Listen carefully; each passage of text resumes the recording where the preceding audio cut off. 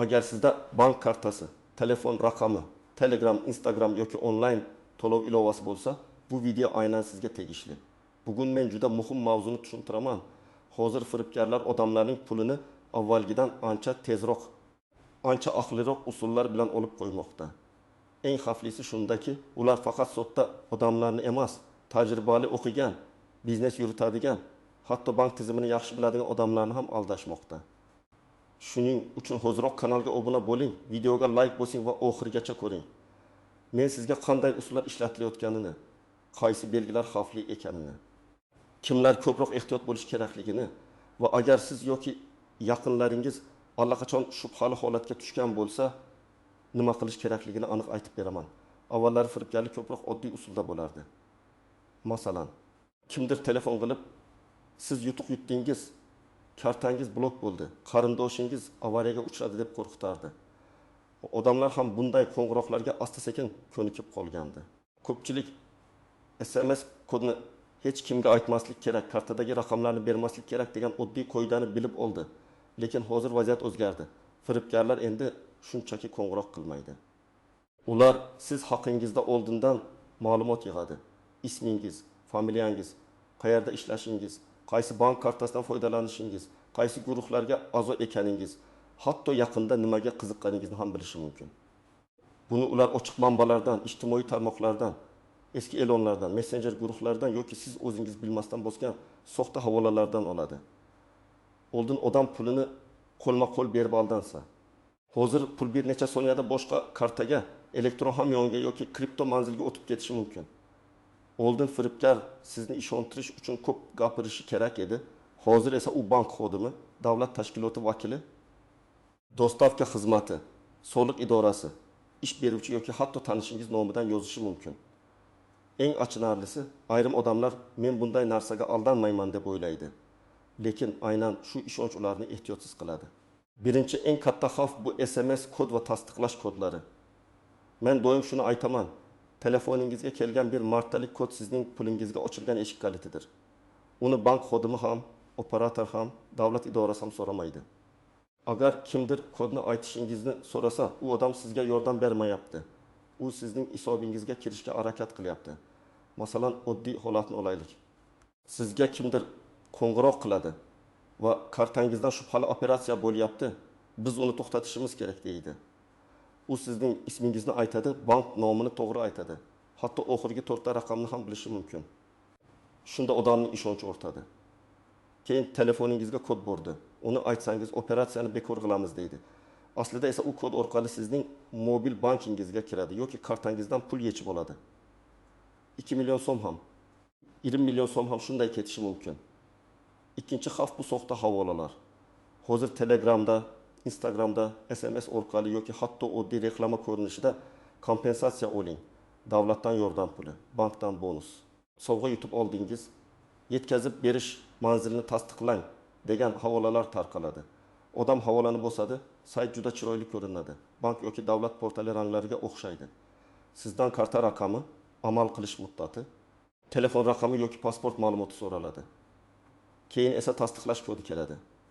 Odam men pul olyapman deb o'ylaydi. Aslida esa o'z pulini berib qo'yadi. Real misol, bir odam internetda telefon sotayotgan bo'lsin. Xaridor yozadi. Men olaman, kuryer yuboraman, pulni karta orqali to'layman. Mana havola orqali qabul qiling. Sotuvchi havolani bosadi, karta ma'lumotlarini kiritadi. 3 million so'm keladi deb kutadi. Ammo natijada kartasidagi 4 million so'm yechilib ketadi. Bu yerda firibgar mahsulotdan olmaydi. Faqat sotuvchining ishonchidan foydalanadi. Uchinchi xavf bu qarz va kredit bilan bog'liq firibgarliklar. Hozir ayrim ilovalar orqali masofadan kredit olish mumkin. Bu qulaylik, lekin xavf ham bor. Agar kimdir sizning pasport rasmingizni, telefon raqamingizni, yuzingiz videosini yoki mobil bankingizga kirish imkonini qo'lga kiritsa, sizning nomingizga kredit rasmiylashtirishga urinish ehtimoli bor. Ba'zida odam buni darhol bilmaydi. Oradan bir oy o'tadi, keyin bankdan yoki mikromoliya tashkilotidan to'lov muddati o'tdi degan xabar keladi. Odam esa men kredit olmaganman deb hayron qoladi. 4-xavf bu tanish odam nomidan yozish. Masalan, Telegram akkauntingiz buziladi. Firibgar sizning nomingizdan do'stlaringizga yozadi. zudlik bilan 500 ming so'm kerak. Kechqurun qaytaraman. Odatda odamlar yaqinining nomini ko'rsa, ko'p tekshirmaydi. 10 ta odamdan 2 tasi pul yuborsa ham firibgar foyda qiladi. Shuning uchun agar do'stingiz yoki qarindoshingiz pul so'rasa, ovozli qo'ng'iroq qiling. Video orqali tekshiring yoki faqat ikkingiz biladigan savol bering. Qayerdasan degan savol yetarli emas, chunki firibgar ham taxmin qilib javob beradi. Birinchi navbatda. Bank kartasidan faol foydalanadigan hamma odam ehtiyot bo'lishi kerak. Lekin ayrim toifalarda xavf yuqoriroq. Masalan, pensionerlar. Ular ko'pincha bank ilovalari, SMS kodlar, soxta saytlar farqini yaxshi bilmasligi mumkin. Firibgarlar buni biladi va aynan pensiya puli, kompensatsiya, davlat yordami degan gaplar bilan murojaat qiladi. Ikkinchi toifa bu onlayn savdo qiladiganlar. Telefon, kiyim, mebel, mashina ehtiyot qismi. Uy jihozlari sotadigan odamlar doim notanishlar bilan yozishadi. Firibgarlar shuni ishlatadi.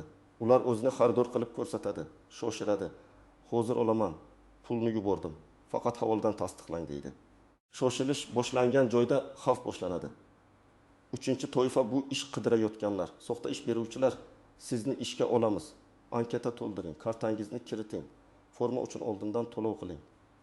Hujjat rasmiylashtirish uchun pul o'tkazing deyishi mumkin. Haqiqiy ish beruvchi sizdan ishga kirishdan oldin shubhali havola orqali bank kartangizni kiritishni talab qilmaydi.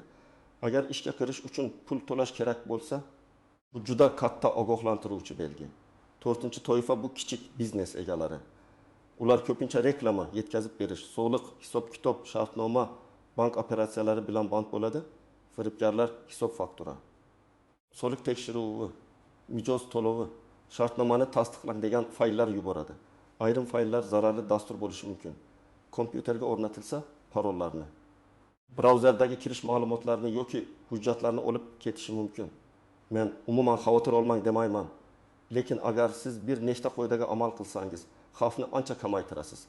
Agar siz hech kimga SMS kod aytmasangiz, karta ma'lumotlarini soxta havolalarga kiritmasangiz, mobil bankingizga kuchli parol qo'ysangiz, Telegram va boshqa akkauntlarda 2 bosqichli himoyani yo'qsangiz, pul so'ragan odamni albatta qo'ng'iroq orqali tekshirsangiz. Firibgarlar uchun siz ancha qiyin nishonga aylanasiz. Masalan, kartangizda katta pul saqlamasangiz, asosiy jamg'armani alohida hisobda yoki omonatda tutsangiz, kundalik xarajatlar uchun alohida karta ishlatsangiz, zararning miqdori ham kamayadi. Bir odamda 3 million so'm bitta kartada turgan bo'lsa va u soxta havolaga karta ma'lumotini kiritsa, xavf juda katta. Boshqa odam esa kundalik kartada 3 ming so'm saqlaydi. Asosiy pulini alohida himoyalangan hisobda ushlab turadi. Ikkinchi odam xato qilsa ham zararni cheklash imkoniyati ko'proq. Eng muhim nozik jihat shuki, hamma qo'ng'iroq ham firibgarlik emas. Haqiqatan ham bank sizga qo'ng'iroq qilishi mumkin. Do'stavka xizmati yozishi mumkin. Davlat xizmati xabar yuborishi mumkin. Lekin farq shunda, haqiqiy tashkilot sizdan parol, SMS kod, PIN kod, CVV kod yoki mobil bankingizga kirish ma'lumotini so'ramaydi. Agar suhbat davomida maxfiy ma'lumot so'ralsa, suhbatni to'xtating va rasmiy raqamga o'zingiz qo'ng'iroq qiling. Yana bir nozik nuqta. Firibgarlar ko'pincha sizni qo'rqitadi yoki shoshiradi. Hozir aytmasangiz, pulingiz ketadi. 5 daqiqa ichida tasdiqlamasangiz, karta blok bo'ladi. Tezroq yuboring, aks holda jarima chiqadi. Kabi gaplar bosim uchun ishlatiladi. Oddiy qoida. Pul, karta, hujjat yoki kod haqida gap ketganda shoshilmang. 1 daqiqa to'xtash ko'pincha millionlab so'mni saqlab qoladi. Yana bir xato, odamlar faqat karta raqami xavfli deb o'ylaydi. Aslida karta raqamining o'zi yetarli bo'lmasligi mumkin, lekin karta raqami, amal qilish muddati, CVV, SMS kod, telefon raqami, pasport ma'lumoti birlashsa, xavf keskin oshadi. Har bir ma'lumot alohida kichikdek ko'rinadi. Lekin ular birga sizning moliyaviy shaxsingizni ochib beradi. Yana bir muhim masala bu telefoningizdagi ilovalar. Agar siz noma'lum APK fayllarni o'rnatsangiz, yangilanish bonus ilovasi, chegirma dasturi deb berilgan faylni telefoningizga yuklasangiz, u zararli bo'lishi mumkin. Bunday dastur SMS xabarlarni o'qishi, ekrandagi harakatlarni kuzatishi yoki bank ilovasiga kirishda ma'lumotlarni ushlashi mumkin. Ilovani faqat rasmiy do'konlardan yuklang. Ruxsatnomalarni tekshiring. Kalkulyator ilovasi sizdan kontaktlar, SMS va kamera ruxsatini so'rasa, bu normal emas. Endi aniq nima qilish kerakligini aytaman. Birinchi qadam. Hoziroq telefoningizdagi bank ilovalarini tekshiring. Parolingiz oddiy bo'lmasin. Tug'ilgan yil 2234 telefon raqamining oxiri kabi parollarni ishlatmang. Agar ilova barmoq izi yoki Face ID qo'llasa, yo'qing. Lekin telefonning o'ziga ham kuchli blok qo'ying. Chunki telefon ochiq qolsa, bank ilovasi ham xavf ostida qoladi. Ikkinchi qadam Telegram, Instagram, Facebook va elektron pochtangizda 2 bosqichli himoyani yoqing. Telegramda so'zlamalarga kiring. Maxfiylik va xavfsizlik bo'limidan 2 bosqichli tekshiruvni yoqing. Parolni yozib qo'ying, lekin uni telefon galereyasida rasm qilib saqlamang. Elektron pochta juda muhim. Chunki ko'p akkauntlar aynan pochta orqali tiklanadi. Agar pochtangiz buzilsa, boshqa akkauntlar ham xavfga tushadi. 3-qadam kartangizga limit qo'ying. Ko'p bank ilovalarida internet to'lovlari, pul o'tkazmalari, naqd kechish bo'yicha kunlik yoki oylik limit bor. Masalan, kundalik kartaga 20 million so'mlik limit qo'ysangiz, firibgar birdaniga 20 milliongacha olmaydi. Agar katta to'lov qilish kerak bo'lsa, limitni vaqtincha oshirib, keyin yana pasaytirish mumkin. 4-qadam. Asosiy pulni kundalik kartada saqlamang. Maosh tushadigan kartada katta pul qolsa, uni alohida omonat, jamg'arma hisobi yoki kam ishlatiladigan kartaga o'tkazing. Kundalik xarajatlar uchun kichik miqdor qoldiring. Bu oddiy odat, lekin xavfni juda kamaytiradi. 5-qadam. Yaqinlaringiz bilan kelishilgan xavfsizlik qoidasini belgilang. Masalan, oilada shunday qoida bo'lsin. Kimdir Telegram orqali pul so'rasa, albatta telefon qilib tekshiriladi. Agar qo'ng'iroq qila olmasa, oldindan kelishilgan savol beriladi. Masalan, faqat oila biladigan voqea, joy yoki ism haqida so'rash mumkin. Bu qoida ayniqsa ota-ona, buvi, aka-uka va opa-singillar uchun kerak. 6-qadam. Shubhali havolani tekshirmasdan bosmang.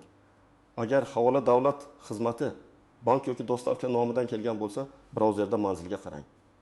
Rasmiy sayt nomi noto'g'ri yozilgan, ortiqcha harflar qo'shilgan, g'alati domen ishlatilgan bo'lishi mumkin. Masalan, haqiqiy nomga o'xshatib bitta harf almashtiriladi. Odam ko'z yugurtirib o'tib ketadi. Lekin firibgar aynan shunga umid qiladi. 7-qadam. Agar allaqachon ma'lumot kiritgan bo'lsangiz, darhol harakat qiling. Birinchi navbatda bankka qo'ng'iroq qiling va kartani bloklatishni so'rang. Mobil ilovaga kira olsangiz. Kartani vaqtincha bloklang, internet to'lovlarini o'chiring, limitni 0 ga tushiring. Keyin parollarni almashtiring. Agar Telegram yoki pochta xavfga tushgan bo'lsa, barcha faol sessiyalarni tugating. Telegramda qurilmalar bo'limiga kirib, begona qurilmalarni chiqarib tashlang. 8-qadam. Hujjat yig'ing. Agar pul yechilgan bo'lsa, bankdan operatsiya ma'lumotlarini oling. Sana, vaqt, summa, qaysi karta yoki hisobga ketgani, operatsiya raqami. Firibgar bilan yozishmalarni o'chirmang. Screenshot qiling, telefon raqamlarini, havolalarni, akkaunt nomlarini saqlang. Keyin ichki ishlar organlariga yoki kiber xavfsizlik bo'yicha tegishli bo'limlarga murojaat qiling. Arizada voqeani aniq yozing. Qachon qo'ng'iroq bo'ldi? Kim deb tanishtirdi? Nima dedi? Qaysi kod yoki ma'lumot kiritildi? Qancha pul ketdi? 9-qadam. Bankka yozma murojaat qiling. Og'zaki qo'ng'iroq muhim, lekin yozma murojaat ham kerak. Unda shubhali operatsiyani ko'rib chiqishni, kartani bloklashni, mablag' harakatini tekshirishni. Agar imkon bo'lsa, operatsiyani qaytarish choralarini ko'rishni so'rang. Natija har doim ham kafolatlanmaydi, chunki pul tezda chiqarib yuborilishi mumkin. Lekin vaqtni bo'y bermasangiz, imkoniyat ko'proq bo'ladi. 10-qadam. Bu ma'lumotni yaqinlaringizga tushuntiring. Ayniqsa ota-onangizga oddiy qilib ayting. Hech kimga kod aytmaslik, havola orqali karta kiritmaslik, pul so'ralganda qo'ng'iroq qilib tekshirish.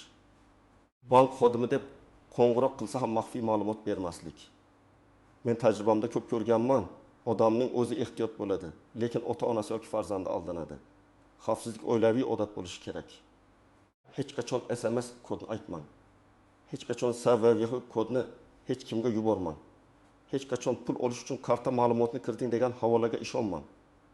Hech qachon telefoningizga noma'lum dastur o'rnatmang. Hech qachon bank xodimi deb qo'ng'iroq qilgan odamning aytganiga ko'ra boshqa kartaga pul o'tkazmang. Pulni xavfsiz hisobga o'tkazamiz degan gapga firibgarlarning eng mashhur usullaridan biri. Yana bir muhim ogohlantirish. Firibgarlar ba'zida o'zini huquq-tartibot organi xodim qilib ko'rsatadi. Sizning nomingizdan jinoyat bo'lyapti, tergov ketmoqda. Hech kimga aytmang. Maxfiy operatsiya deyishi mumkin. oddiy fuqaro bunday gapdan qo'rqadi va aytilganini qiladi. Lekin haqiqiy tashkilot telefon orqali sizdan kartadagi pulni boshqa hisobga o'tkazishni yoki kredit olib berishni talab qilmaydi. Agar shunday gap bo'lsa, bu deyarli aniq firibgarlik belgisi. Bolalar va o'smirlar ham alohida e'tiborga muhtoj. Ular o'yin akkauntlari, bonuslar, skinlar, bepul internet sovg'a kartalari deb soxta havollarga kirishi mumkin. Keyin ota-onasining kartasi telefonga ulangan bo'lsa, pul yechiladi. Farzandingizga qo'rqitib emas, tushuntirib ayting. Bepul sovg'a va'dasi ko'pincha tuzoq bo'ladi. Kod va karta ma'lumoti oilaning puli bilan bog'liq. Bugun men sizga eng muhim narsani aytdim.